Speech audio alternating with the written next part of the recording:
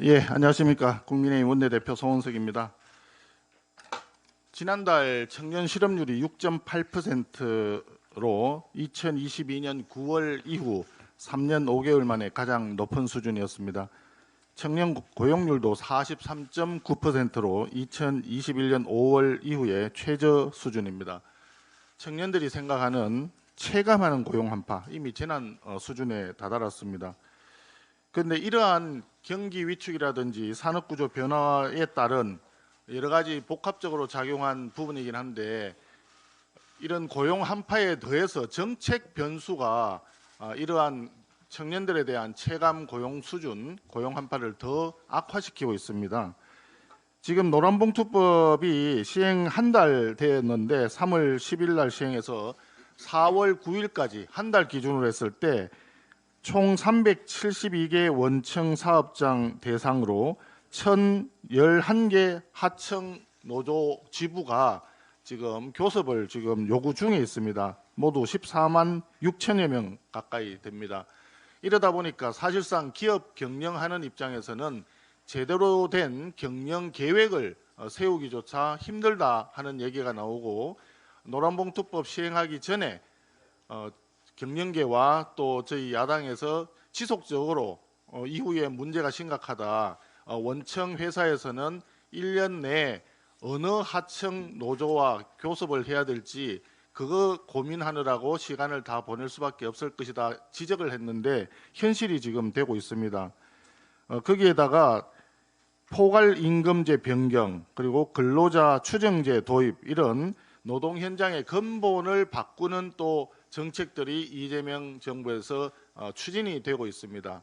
거기에 더해서 지난 문재인 정부 때 만들었던 중대재해처벌법과 관련해서 최근에 김민석 국무총리도 문제가 있다, 특히 이제 공공 분야만 대상으로 얘기를 했는데, 그것은 자기에게 책임이 올 수 있는 구조로 되어 있다 보니까 공공 부문을 중심으로 중대재해처벌법에 문제가 있다라고 했는데, 실제로는 공공 부문보다 훨씬 더 많은 부분에서 민간 분야에서 심각한 문제를 일으키고 있습니다.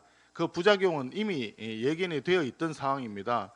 중대재해처벌법을 지키려고 하다 보면 또 노란봉투법을 위반하게 되는 그런 상황이 되고, 이게 서로 상충되는 조건을 맞추려고 하다 보니까 사실상 기업은 어떻게 해야 될지 알 수 없는 그런 형편입니다.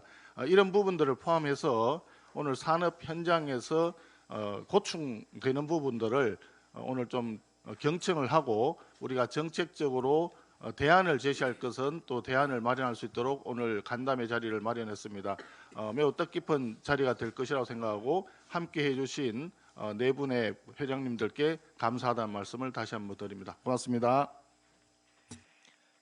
네, 다음은 정정식 정책위 의장님의 인사 말씀을 듣겠습니다. 예, 정정식입니다. 지금 우리 기업들은 그야말로 복합 위기의 한복판에 서 있습니다. 중동 상태로 대외 여건은 불안정하고 AI와 첨단 기술을 둘러싼 글로벌 패권 경쟁은 그 어느 때보다도 치열합니다. 여기에 고환율, 고유가 부담까지 더해지면서 중견, 중소기업들은 말 그대로 버텨내는 것 자체가 쉽지를 않습니다. 이런 어려운 상황 속에서 지난 3월부터 노란봉투법이 시행되면서 기업들의 부담은 더욱 가중되고 있습니다. 기업들은 이제 기술 개발과 일자리 창출이라는 본업이 아니라 끝없는 노무 분쟁과 소송 대응에 더 많은 에너지를 소모하고 있습니다. 이는 기업 활동의 위축을 넘어서 국가 경쟁력 기반까지 흔드는 심각한 문제라고 생각합니다. 매우 안타깝고 깊은 우려를 금할 수 없습니다. 저는 이런 상황이 지속된다면 노란봉투법은 우리 기업의 경쟁력을 약화시키는 요인이 될 뿐만 아니라 나아가 코리아 디스카운트를 심화시키는 결정적 요인이 될 것이라고 생각합니다. 기업의 투자 의욕을 꺾고 주식시장에 부정적 신호를 주면서 결국 그 피해는 청년 일자리 감소와 국가 경제 전반의 활력 저하로 이어질 수밖에 없습니다. 그래서 오늘 이 자리를 마련했습니다. 노란봉투법 시행을 포함해 이재명 정권 들어 현장의 목소리를 외면한 채 밀어붙여지고 있는 이념 편향적인 노동 정책들이 우리 산업 생태계에 어떤 혼란과 부담을 주고 있는지 구체적 사례를 가감없이 말씀해 주시면 듣겠습니다. 국민의힘은 오늘 간담회에서 주신 의견을 바탕으로 노란봉투법 재개정을 추진해 나가겠습니다. 민주당도 더 이상 외면하지 말고 개정 논의에 책임 있게 참여해 주실 것을 다시 한번 촉구드립니다.